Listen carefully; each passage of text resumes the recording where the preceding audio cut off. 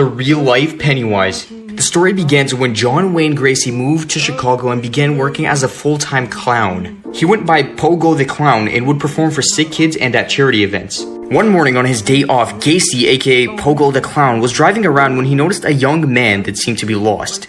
The young man explained to Gacy that he was only passing through Chicago and that he was going to leave the next morning. Hearing this, Gacy offered to give the young man a tour of Chicago and even offered he spend the night at his place since the man had nowhere else to stay. The young man accepted. After allowing the young man to spend the night in his basement, Gacy woke up to the young man standing in his doorway holding a knife.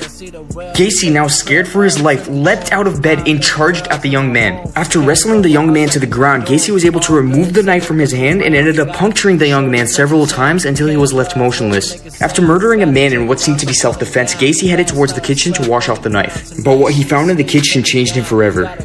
This man is the real-life Pennywise Part 2. Sorry for the long wait. When Gacy walked into the kitchen, he noticed an open carton of eggs and an unsliced slab of bacon. This is because the young man was not trying to hurt Gacy, but instead made breakfast as a way to say thank you for letting him spend the night, and went over to Gacy's room to wake him up.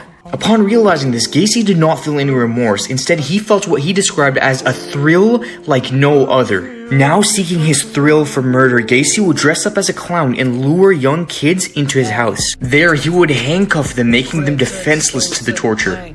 One fateful night, a pharmacy worker overheard Gacy trying to lure one of his victims. When the victim was reported missing the next morning, the pharmacist immediately pointed the cops to Gacy. Upon searching his house, they found so many body parts that it was hard to even identify the victims. Gacy was charged with 33 murders and sentenced to death. On May 10th of 1944, Gacy died of lethal injection.